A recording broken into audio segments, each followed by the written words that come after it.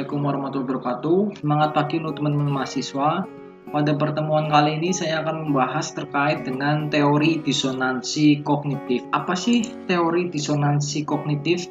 Jadi, teori disonansi kognitif ini merupakan perasaan yang sering dimiliki oleh orang ketika mereka menemukan diri mereka sendiri melakukan sesuatu tetapi tidak sesuai dengan apa yang mereka ketahui, atau mempunyai pendapat yang tidak sesuai dengan pendapat lain yang mereka pegang.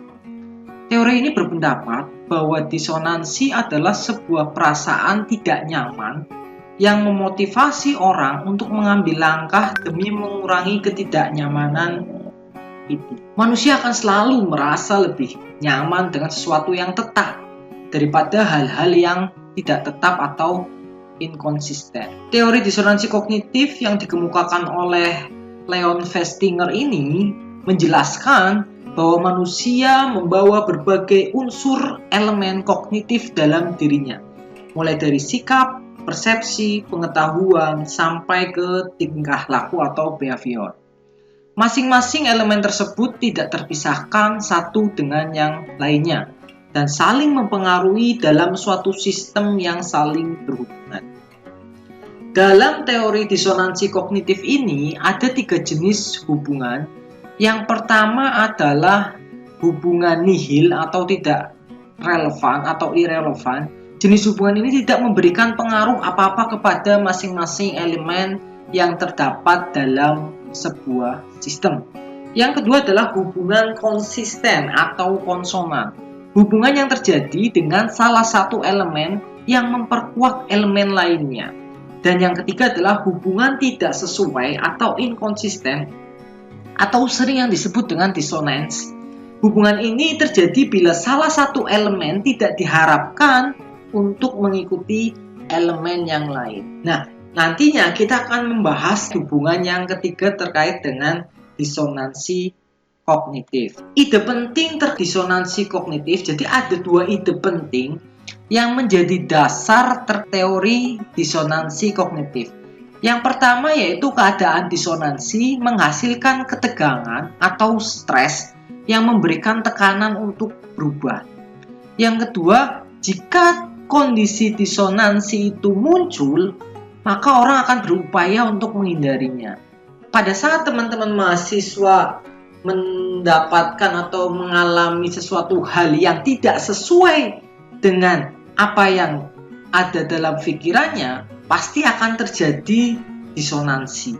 Keadaan disonansi ini menghasilkan ketegangan atau stres yang jelas memberikan tekanan untuk berubah. Saya harus berubah, saya harus menjadi lebih baik, dan lain-lain. Nah, jika kondisi disonansi ini muncul, maka orang akan berupaya untuk menghindarinya. Dia akan mencari pembenaran bahwa apa yang ada di depan mata itu sebenarnya tidak benar atau bisa kita hindari. Inkonsistensi atau disonansi itu muncul karena ada 2 variabel, tadi sudah saya sampaikan, bobot dari elemen kognitif dan jumlah elemen yang terlibat dalam hubungan yang inkonsisten itu. Artinya, jika Anda memiliki sejumlah hal yang inkonsisten dan semuanya merupakan hal yang penting bagi Anda, maka Anda akan merasakan tekanan yang semakin besar. Begitu juga sebaliknya. Contoh, apabila kesehatan bukan menjadi hal yang penting bagi teman-teman mahasiswa, maka pengetahuan teman-teman mahasiswa mengenai sejumlah lemak tertentu yang berbahaya bagi kesehatan tidak akan memberikan pengaruh pada kebiasaan makan Anda. Jadi, jika teman-teman tidak concern terhadap kesehatan, Anda mau makan sate, mau makan jeroan, mau makan rempela, mau makan hal-hal apapun yang berminyak, itu tidak akan bermasalah atau tidak akan memberikan pengaruh bagi kebiasaan makan Anda. Tetapi jika teman-teman mahasiswa concern terhadap kesehatan, Anda disuguhin rajungan, Anda disuguhin sate, Anda disuguhin jeroan, itu pasti akan terjadi disonansi di situ. Mau makan enggak ya? Enggak dimakan, kok enak.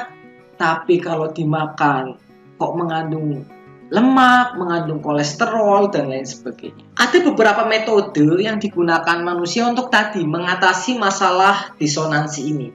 Yang pertama adalah mengubah satu atau lebih elemen kognitif yang ada. Yang kedua adalah menambahkan elemen baru dalam hubungan yang inkonsisten tersebut.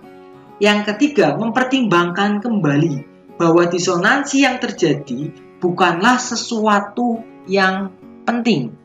Yang keempat, berupaya mencari informasi lain yang mendukung tindakan. Yang kelima, mengurangi disonansi dengan mendistorsi atau menyalahartikan informasi yang terlibat. Oke, saya akan bahas satu persatu. Yang pertama adalah mengubah satu atau lebih elemen kognitif yang ada. Maksudnya gini, pada saat nanti teman-teman mahasiswa ada masalah dengan kesehatan atau concern dengan kesehatan, dihadapkan dengan makanan yang berlemak, teman-teman mahasiswa akan mengubah satu atau lebih elemen kognitif yang ada. Artinya, Anda akan berpikiran lemak yang nanti saya makan itu tidak akan terlalu berpengaruh kok sama kolesterol saya. Tidak akan terlalu memberikan efek yang membahayakan bagi kesehatan saya. Akan ada muncul sebuah pemikiran bahwa alah makan sedikit saya kira nggak apa-apa. Yang penting jangan terlalu banyak. Wong palingan juga nggak akan membuat tubuh saya menjadi sakit. Itu salah satunya caranya yaitu mengubah satu atau lebih elemen kognitif yang ada. Yang kedua, menambahkan elemen baru dalam hubungan yang inkonsisten tersebut. Contohnya apa? Pada saat nanti saya makan rajungan kan kolesterolnya tinggi, santai saja. Nanti saya bisa minum obat penurun kolesterol. Itu salah satu contohnya. Yang ketiga adalah mempertimbangkan kembali bahwa disonansi yang terjadi bukanlah sesuatu hal yang penting. Makan sate itu buat kolesterol. Anda akan mematahkan itu bahwa yang membuat kolesterol naik itu bukan satenya, bukan lemaknya, tetapi karena pikiran kita memikir yang berat-berat dan lain sebagainya. Jadi mempertimbangkan kembali bahwa disonansi yang terjadi bukanlah sesuatu hal yang penting. Saya makan sate itu nggak akan masalah, tidak akan membuat kolesterol saya tinggi, tapi yang membuat kolesterol saya tinggi itu adalah pikiran stres, terus sering bergadang, atau sering marah-marah, itu yang membuat kolesterol saya tinggi. Nah, itu akan mengurangi disonansi yang ada dalam diri teman-teman mahasiswa. Yang berikutnya, keempat, yaitu berupaya mencari informasi lain yang mendukung tindakan. Anda akan mencari-cari di internet. Oh, ternyata makan sate itu nggak masalah, meskipun ada kolesterolnya, tetapi lebih berbahaya jika kita merokok atau minum alkohol, itu lebih berbahaya. Maka saya makan sate, makan rajungan itu nggak masalah, meskipun ada kolesterolnya, tapi ini lebih baik dibandingkan saya merokok atau saya harus makan makanan yang mengandung alkohol, minum minuman yang mengandung alkohol. Yang kelima, mengurangi disonansi dengan mendistorsi atau menyalahartikan informasi yang terlibat. Anda akan mencoba menyalahkan informasi yang Anda terima. Informasi yang Anda terima, kalau makan sate kambing, maka akan membuat kolesterolnya tinggi. Anda akan mencoba menyalahkan informasi tersebut dengan mencari data-data. Oh, ternyata sate kambing itu kolesterolnya nggak tinggi. Zaman Rasulullah saja nggak masalah. Yang masalah jika makan daging sapi misalkan atau sapi. Anda akan mencoba mengurangi disonansi dengan menyalahartikan informasi yang Anda terima terkait dengan lemak atau daging kambing dapat meningkatkan kolesterol. Anda akan mencoba menghapus stigma itu dengan mencari-cari informasi atau artikel-artikel terkait dengan hal tersebut. Bahwa makan kambing itu nggak masalah. Yang masalah jika makan daging sapi misalkan. Karena akan kandungan kolesterol daging sapi itu lebih tinggi dibandingkan daging kambing. Itu salah satu contoh. Keadaan yang memungkinkan disonansi kognitif muncul. Yang pertama adalah saat teman-teman mahasiswa akan membuat keputusan. Yang kedua, kepatuhan yang dipaksakan. Yang ketiga, pada saat teman-teman mahasiswa memasuki kelompok baru. Yang keempat, terkait dengan dukungan sosial. Yang kelima, usaha atau daya upaya.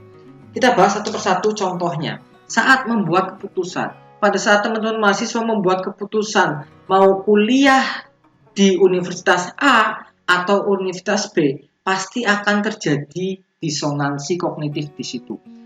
Saya sebenarnya pengennya ke A, tapi orang tua kok mengarahkan saya ke Universitas B. Pasti akan terjadi disonansi pada diri teman-teman mahasiswa. Yang kedua, terkait dengan kepatuhan yang dipaksakan. Anda memasuki sebuah organisasi atau universitas yang tidak sesuai aturannya dengan diri Anda. Anda terbiasa memakai celana jeans, pada saat kuliah diminta tidak memakai celana jeans, wajib menggunakan celana kain misalkan.